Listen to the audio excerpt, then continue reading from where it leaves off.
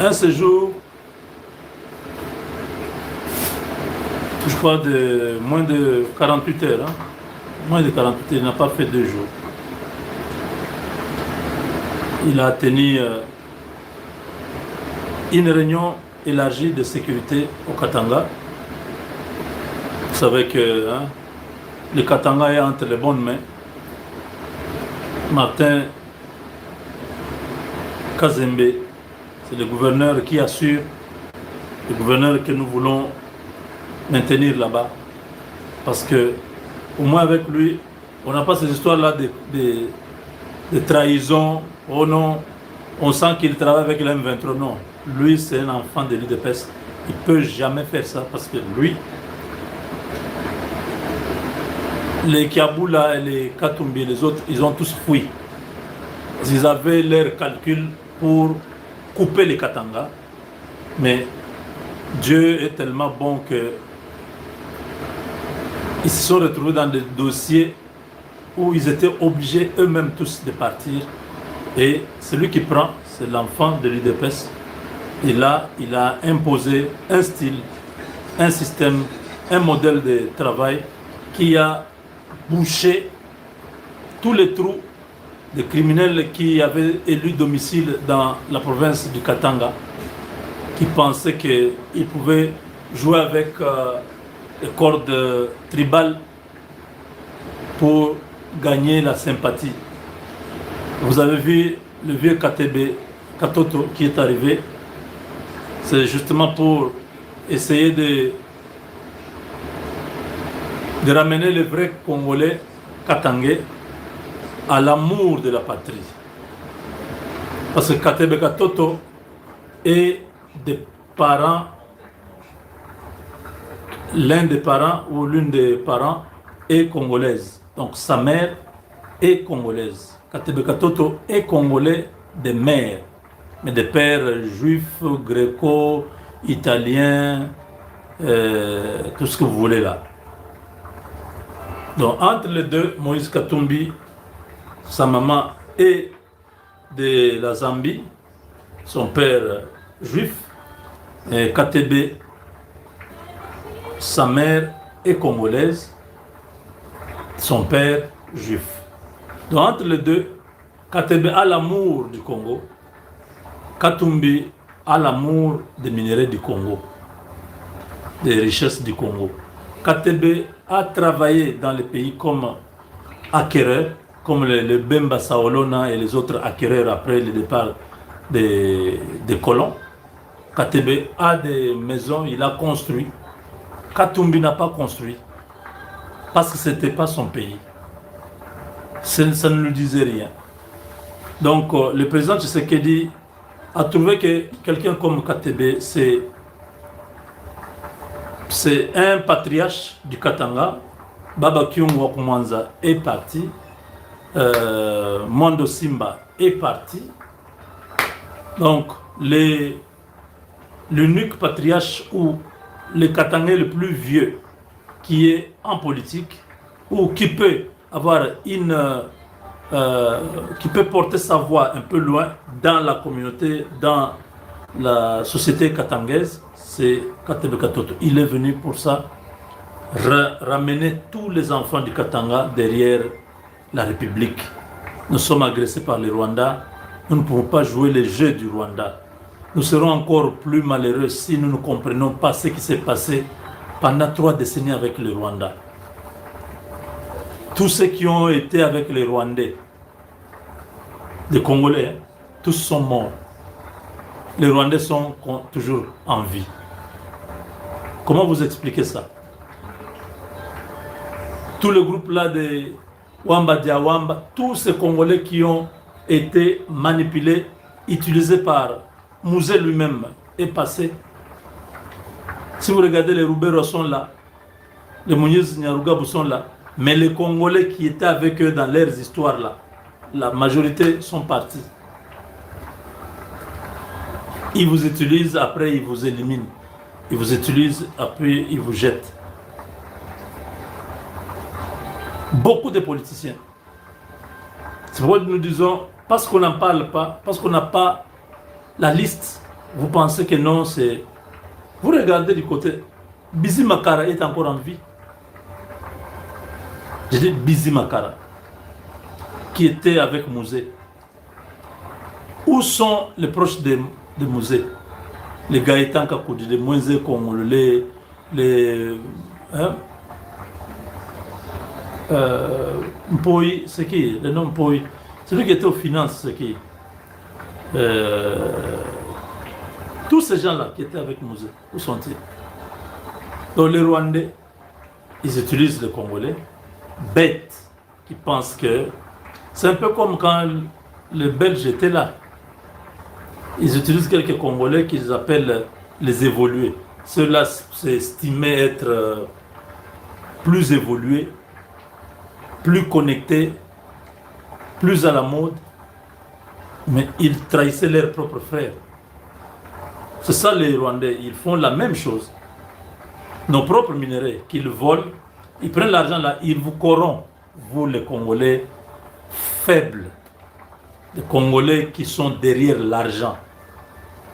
On vous a manipulé avec notre propre argent et vous faites du mal à votre propre pays.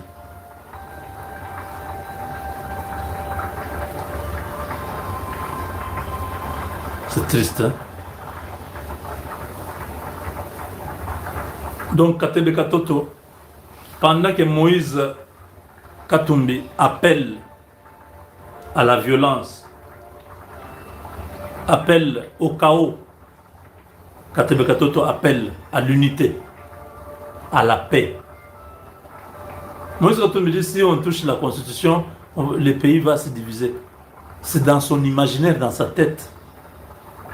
Lui, Moïse Katumbi, incapable de gérer ensemble pour la République un parti rafistolé de toutes pièces. Un homme incapable de pouvoir faire quelque chose de consistant. On a dit que Moïse Katumbi était un bon manager. C'est faux. C'est des pilleurs, c'est des voleurs. C'est des gens qui ont pris l'argent de la République. Ils prennent l'argent facilement. L'argent que vous voyez que c'était beaucoup là, c'était pas que c'est un argent où Moïse Katumbi a commencé avec $50. Son récit mensonger là. Oh, j'ai acheté quelques poissons, je suis venu vendre au couvent. Les prêtres m'ont donné l'argent sur entrée. C'est un truc monté de toutes pièces. Pourquoi aujourd'hui, il ne peut pas encore aller sur le lac Moiro, aller faire la même chose et avoir beaucoup de millions encore? Tout l'argent que vous voyez là, Moïse donnait à gauche, Moïse donnait à droite, ce n'était pas son argent, c'était un pilleur. Il pillait la République. Ngoï Mulunda l'a dit plusieurs fois. Il dit, les gars, vous ne les connaissez pas. C'est un vrai pilleur. Le pillage, c'est Moïse Katumbi et son ami Hippolyte Kanambe. Ils ont vendu l'uranium, ils ont vendu plein de trucs. C'est l'argent que vous voyez là. Maintenant, là, qui n'a plus accès aux minéraux. Vous voyez comment il est agité. Parce que l'argent n'entre plus.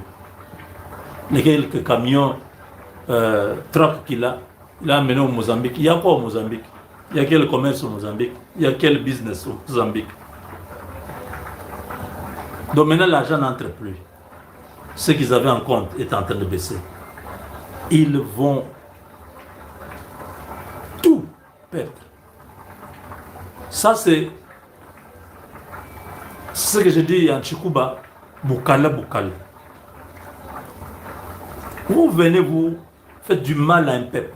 Vous pensez que vous pouvez aller continuer à déstabiliser ce pays-là avec l'argent de... Non.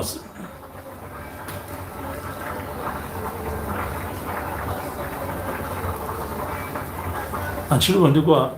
Donc vous là, vous pensez vraiment que l'argent d'un peuple,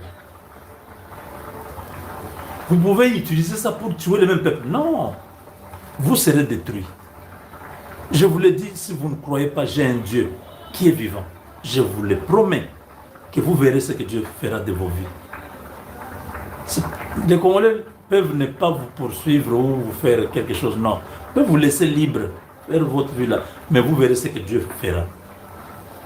Parce que Dieu reste un Dieu qui est derrière sa parole pour l'accomplir. Il dit celui qui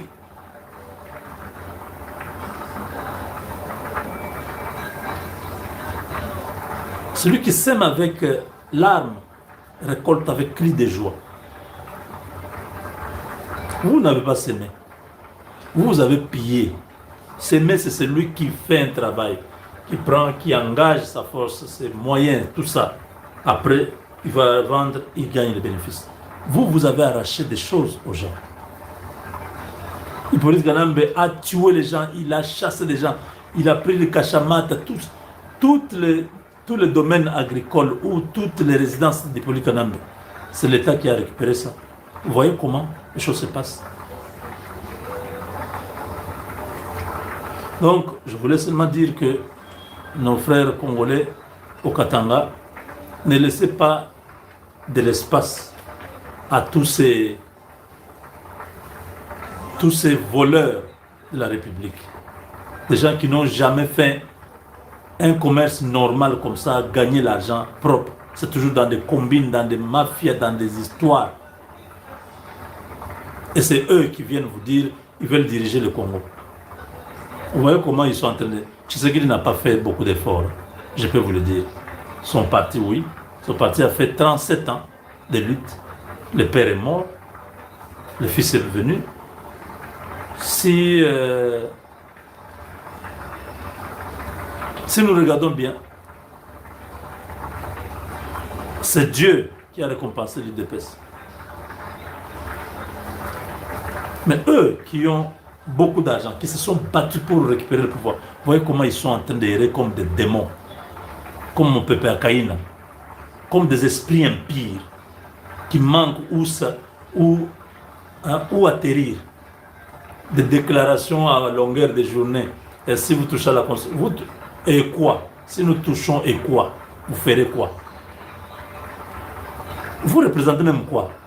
Vous donnez trop d'importance pour rien quand on vient parler. Vous parlez quoi? Que les gens écoutent même. Vous parlez quoi? En quelle langue? Oh, et Kabila a dit. Il a dit quoi? Et ça fait quoi après? Parce qu'il a dit la terre s'arrête. La constitution sera changée. La population attend les changements là. Vous n'avez rien à voir du Congo.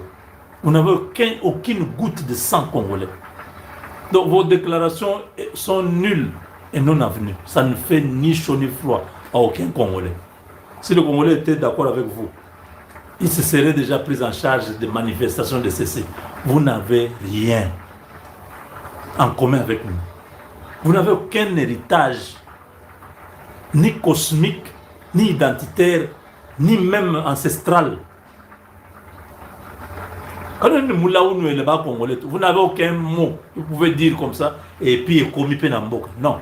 Par contre, moi, si je dis un mot, ça vous arrive, parce que vous avez nos biens. Jésus a dit, le diable, hein, j'ai vu le diable venir, mais il n'a rien, je n'ai rien, il n'a rien en moi de lui. Oui. Donc quand vous parlez, il faut être sûr que les Congolais vous doivent. Les paroles ont un impact. Vous, Katumbi, Kabila, Hippolyte, aujourd'hui, si vous, tout ce que vous direz, ça se retourne contre vous comme la braise enflammée sur vos têtes. Parce que vous n'avez rien que les Congolais ont de vous. Rien. Mais vous, vous avez tout des Congolais. Ceux qui n'ont pas les Congolais, la journée, il y a les lobbies à lobby. Congolais ont lancé malédiction sur ces individus-là. Que chaque personne parle à Dieu des mots, qu'il envoie des paroles négatives sur leur vie. Ces gens-là, vous allez le voir, ils ne sont même pas malades, mais vous voyez comment ils vont faner, ils vont disparaître comme ça, comme si ils avaient un sida, comme si ils avaient un... Vous blaguez avec les Congolais. Vous vous mettez là, vous faites des vidéos, vous parlez aussi. Parlez, vous dites quoi aux Congolais? On vous doit quoi? Vous avez détruit notre pays. Cela ne suffisait pas. Vous allez à l'extérieur, vous allez acheter des armes pour tuer les Congolais. Et vous avez encore le courage de dire, si Tshisekedi touche, il va toucher. Vous n'avez plus Katebegato est venu. Parce que lui, sa mère est notre soeur. Vous avez quoi au Congo? Katumbi, même votre femme, vos enfants, vous n'avez aucune goutte de sang congolais.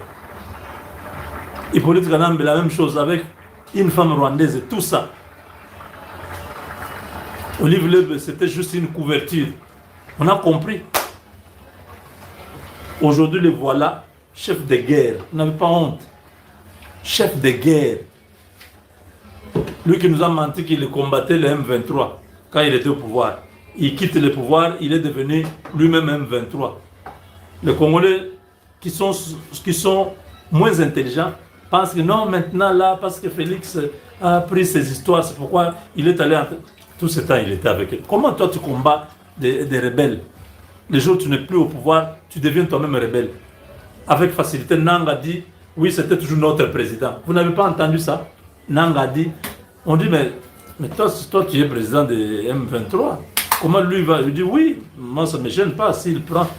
D'ailleurs, nous attendons qu'il vienne prendre la tête du mouvement. De toutes les façons, il a toujours été notre chef. Moi, je dis, ah Nanga, donc tu viens de dire là à tout le monde, tu viens de dire aux Congolais que Kabila a toujours été votre chef. Ne prenez pas dans le sens que Nanga a dit que Kabila était toujours au président de la République. Non, non, non, non. Les M23 là, c'était toujours la chose de Kabila, Hippolyte Kanambe. C'était son histoire, depuis toujours. Mais comment vous le laissez facilement? Personne n'a dit que vous êtes incapable. Personne n'a dit que vous êtes incompétent. Un matin comme ça, non, non, c'est Hippolyte Kanambe qui devient. D'ailleurs, Kagame dit que tout celui qui veut chasser Tshisekedi vienne chez moi, je vais l'aider. Lui-même, Kagame dit, bientôt Kabila va prendre la tête du mouvement. C'est Kagame qui informe. Et Nanga confirme, il dit oui, oui, qu'ils viennent. Voilà des individus que vous pensez qu'ils ont encore un mot à dire. Oh non, sauvons les Congolais. Vous, Congolais, vous êtes comment? C'est fini. Paul Kagame ou Zare Mutumbutu Naba M23 Katumbi Azwami Donald Trump décide Goma en fait Nini ezali kolekana mbote na bino ba papa mbote ba mama mbote na bandeko ba Congolais nyonso de partout bino ba ebozali kolanda biso en ce moment na chaîne na bino chaîne na biso bandeko ba Congolais tozana esengo alobi bien esengo etondi na mutema koya kobeta elongo na bino masolo ya République démocratique du Congo mboka na bino mboka na biso bandeko ba Congolais awa tozo solo na bino samedi d'enfer pour Paul Kagame et 3 bonnes nouvelles pour la République démocratique du Congo. Pourquoi tu lobby samedi d'enfer? Bandeko ba Congolais, ba mauvaise nouvelle o ekuti kokwea pour Paul Kagame et l'équipe ebele. Tolobaki que mois de juillet ezalaki mois il y a frappe diplomatique. Je vous dis maintenant, ba frappe oyo Paul Kagame a betamaki na niveau ya Conseil de sécurité ya Nations Unies ainsi que ya ONU awa ba résultat et bandi komonana. Voilà pourquoi tozo beta masolo bandi ko ba Congolais. Olivier Nduhungirehe, le ministre des Affaires étrangères Yawanda Aouti Kolela. Alelini tozo beta masolo. Bandeko, voilà pourquoi le binazale est sengo. Tozo solo la isusu. Laurence Kanyuka, Bertrand Pissimwa, nanga ainsi que bayi peut perdre tout au bakomaki baafse bandeko ba congolais mbutu voilà pourquoi tu es bisibino mbutu na kati ya ba M23 bakotisi réunion ba misusu tokoma mukanda ba misusu tokoma te mais ba finir par kokoma mukanda ngo ba adresser na nani na ONI nazotanga mukanda wana bokoyoka yango na kati ya émission mukanda ya bananga mukanda ya babisimwa bokoyoka yango na kati ya émission et bokopesa biso réseau bandeko ba congolais que nyonso toyaka koyebisa bino eza ya solo tolobaki bien que bitumba oyo tokoganye yango nanu diplomatique et puis sur terrain nde tokoya kosilisa. Pourquoi diplomatique? Diplomatique parce que esengeli kokata banzete na misisa o esimbaki nzete Paul Kagame bandeko ba congolais ndenge tozoyebisa bino misisa o esimbi nzete Paul Kagame ekatani tokokende na badetail nango na kati ya émission. Bravo na mama Thérèse Kaikwamba wanye bandeko komela kaka na commentaire bravo Thérèse Kaikwamba wanye bandeko ba congolais Kagame dernière prise o esimbaki musisa principal o esimbaki Paul Kagame nzete Paul Kagame Thérèse Kaikwamba uti kokata yango Thérèse Kaikwamba akati musisa principal o esimbaki Paul Kagame ezalaki musisa nini tozobeta masolo bozoyoka musisa o esimbaki nzete Paul Kagame. Voilà ce qui justifie voyage à maman Thérèse Kaikwamba na Israël awa nazobeta bino lisolo nango na kati ya émission bandeko na osenga patience na bino lelo ezali weekend tellement eza weekend na ye na makambo ya mboka Congo papa benga mama mama benga papa bana bavanda tosolola makambo etali mboka na biso toza déjà na victoire na maboko to célébrer yango ensemble na kobeta lisolo ya ba deux proches ya Paul Kagame bazwami wapi tozo solola yango deux proches ya Paul Kagame bazwami ndeko congolais nazotangela bino document nazotanga na yebi kebele bandimaka déjà mais pona bao bataka makelele ba très baka kwa mbuye biso na live. Voilà pourquoi nakotanga le document ya deux proches ya Paul Kagame oyo bazwami tozo solola yango na kati ya émission. Evariste Ndayishimiye le président ya Burundi a surprendre Emmanuel Macron. Bandeko ah nazoyebisa bino ke c'est le temps ya révolution ya Afrique. Mama oyo babundaki na Donald Trump kala comment on sonani bandeko technique na ebite so bobisu kombo ya mama oyo babundaki na Donald Trump vient de révéler non pesa mino kombo na kalatawa vient de nous révéler lobby d'ici 20 ans pambawa monde mobimbe ko kita en Afrique bandeko. Et voilà pourquoi le président africain balamuki lokola Evariste Ndayishimiye bandeko ba congolais a surprendre Emmanuel Macron lobby au travers ya interview na ye bandeko na zobeta pe lisolo na kobeta bandeko ba congolais lisolo ya 4 délégations na lobby bien 4 délégations. Première délégation yaki, deuxième délégation yaki, troisième délégation yaki, quatrième délégation et outi koya wapi na Wanda. Pona kosala nini bayeli Paul Kagame masolo na maboko bandeko to kubeta pe lisolo ya Kasongo Kabwiki ba œuvre na ye ya service nationale. Alors, naza na posa na bino kaka, pour la senga na bino, to aimer émission, to commenter, to partager. To aimer émission, to commenter, to partager, to permettre na bandeko ba Congolais bayeba ce qui se passe en République démocratique du Congo. Bandeko ba Congolais, to bandi mbala moko na Rwanda. Ndenge na uti ko bino que c'est fini pour na Paul Kagame. Kagame aux arrêts. Andeko poni baka Joshua wana nde bandeko lo bakala biso. Mais na lobi na bino c'est fini pour Paul Kagame. Paul Kagame aux arrêts. Pourquoi to koloba? Tozo kota na page présidentielle. Il y a Paul Kagame to tangi la bino. 4 délégations. Na lobi bien 4 délégations. 4e délégation et yé lobby. Boyo kabandeko. Tu es bisaki Kagame ke tika na yo pouvoir kimambangu kende. Kagame kaka mutu makasi. Tika pouvoir kende. Kagame azo sala baje.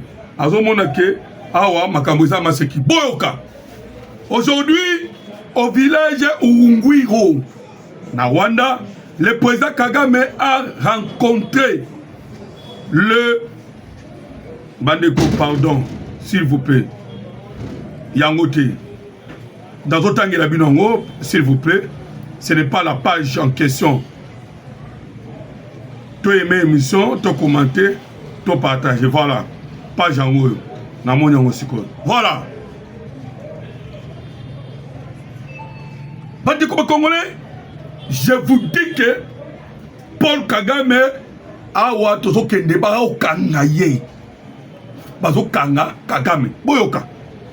Cet après-midi, au village d'Urugwiro, le président Paul Kagame a reçu une délégation bipartite du Congrès américain, dirigée par le représentant Brett Guthrie, président du comité de la Chambre au Congrès américain. Bandeko ba Congolais, la délégation comprenait les représentants Troy Carter, Morgan Guthrie, Russ Fulcher, Jay Obernon-Lott, Cliff Benz, une délégation venant des États-Unis d'Amérique, Wapi et Paya Paul Kagame, Baeko Kutananaï.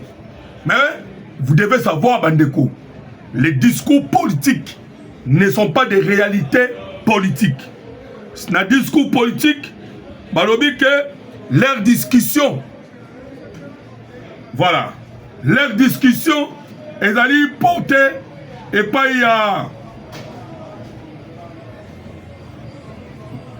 Leur discussion, elles allaient porter sur le parcours de transformation du Rwanda ainsi que sur les moyens d'approfondir la coopération bilatérale dans le domaine d'intérêt commun, notamment la santé, l'énergie et l'investissement. Je pense que vous qui bandeko Congolais, Kagame a yambi délégation, il y a États-Unis d'Amérique. Ce n'est pas pour rien. Oh, Ezali, 4e délégation. Première délégation, Paul Kagame a yambaki le milliardaire américain Bill Gates. Oh non, toyeka coopération, ndenge zalaka, ndebo yoka ba discussion. Mais en réalité, ce sont autres kobenga kanini ba avertissement. Oyo bazali kopesa na monsieur Paul Kagame. Bazo bana Kagame tika pouvoir. Toza na poso kufate, toza na poso kangamate. Toza pe na posa na yo otika Rwanda na kimia. Parce que les États-Unis d'Amérique déjà ba décidé que yo sengeli olongwa. Bandeko tozo rappeler bino que na niveau ya Congrès américain déjà décision ekoyaki bakozonga nsima te. Parce qu'il y a des Congolais qui pensent que Makamozo les États-Unis d'Amérique c'est une aventure. Et ce que c'est une aventure, les États-Unis d'Amérique ont coupé sa biso ba carte te. Ba Américain ba pesi biso ba carte pour que tout le monde n'engeni ni tokokata ba misisa tout oyo et si minjete Paul Kagame. Voilà pourquoi ba pesi biso présidence na conseil de sécurité. Ba pesi biso vice-présidence na Assemblée générale des Nations Unies. Ba pesi biso place awa tozoloba. Ba français déjà ba d'accord. Ba pesi biso place na francophonie. Ba pesi biso place na sécurité et paix commission wana na niveau Afrique. Ba pesi biso place na conseil de ces conseils, il y a droit de l'homme. Bandeko, la RDC de retour, Petozali partout. Bakoko pesa biso wa place belé bongo pa maté. Et ce sont des cartes ya ba américains. Pour ne permettre biso to sila nana Kagame. To longola tous les missions simbaki. Moko. Voilà pourquoi la débit Nabi Sibino Bahim fait 3 baléli. 4 délégations. Chaque délégation est Zoya Namaloba. Pourquoi ma délégation est Zoya? Si vous remarquez bien, ma délégation Bandi Koya après le 15 juillet. Et le 15 juillet, et la date Bande Koba Congolais, date Oyo Paul Kagame. Paul Kagame à la kaki naba américain. Et c'est qui le 15 juillet? Le 15 juillet, le qui? Boyo Kasko ba révélation, Yamakamouta le 15 juillet. Kagame yé moko mouta yebisa ki ba américain que le 15 juillet na kobimisa ba soda na ngana Congo. Nakomisa basoda na ngana Congo. Kagame mutalobaki que le 15 juillet akomisa basoda naye. Tant tokomi le 15 juillet Kagame yemoko abengi ba américain bande ko ba congolais. Kagame alukaki kutu akende wapi les États-Unis d'Amérique. Ba américain balobi okoya wate bapimeli visa. Ya kanisa kike nde bapimela ki visa. Bapimela ki kaka ba autorité rwandaise yete nzoka yepe komone zaki na liste asengi akende kuna po babeta masolo fara bameke babi pas question yo lobaki okobima bima wana Marco Rubio. Tant to komi le 15 juillet bande konanga ba congolais Kagame abimite ba américain Marco Rubio a convoqué nani? A convoqué l'ambassadeur ya Rwanda les États-Unis d'Amérique. Ba ebisiye soki Kagame abimisi ba soda na Congo te toko chasser yo awa. Des ambassadeurs à lobby que a bengi directement Paul Kagame. Paul Kagame a dit yebisa ba américain toko bima na fin juillet. Pourquoi? Parce que et c'est que les ont temps. Tout le monde a un équipement, la logistique, auto côte ça na Congo. L'État tobi misaka. D'ici fin ya 15 juillet, toko bima na biso. Mais to senga eloko moko na République démocratique du Congo, par la qui s'appelle bonne volonté, il y a pour neutraliser ba FLR. Bande Koba Congolais. Je vous dis que Kagame est en train de négocier. Azo négocier. Awa ba manœuvre ezate. Yemoko. Na lobi bien. Yemoko. Et ba meke ba lobi boy. Nous allons maintenant nommer un ambassadeur na Rwanda. Mais à cause de la membre de renseignement. Pour que après ça biso ba information. Il y a des événements nyonso o ezali kolekana en ce moment. Nyonso ba kolekana. nous, on doit être au courant nayango. Voilà pourquoi Bameke Bagena Kozwa, Nicolas Tcheker. Nicolas Tcheker a été nommé après le 15 juillet. Kagame au bout. Le 15 juillet, le qui? Bill Gates Ayaki, Maman ya Union Européenne Ayaki, Mwana Museveni Ayaki, Awa Sikoy Boutikomona, lobby, loko Ayaki fait un juillet. Ils ont constaté un mouvement vraiment malongé. Ça était Ndebomoni, groupe Yabaï Congrès américain, Baye. Mais comme les États-Unis d'Amérique, Bandeko Congolais, Balakaki Kagame Kebakoti Kaete, Bakobeta Minduki, Mibale, Boyoka, Awa Tozo Banabino, Boyoka Ndenge Babeti Sou Kagame, Kagame Munduki Mususu. Bamerke Balobaki, Tokosilisa la guerre en République démocratique du Congo, n'a pas utilisé Minduki Mibale. Munduki, il y a diplomatie, na Munduki, il y a économie. Boyoka Bandeko Congolais. Un proche de James Kabarebe.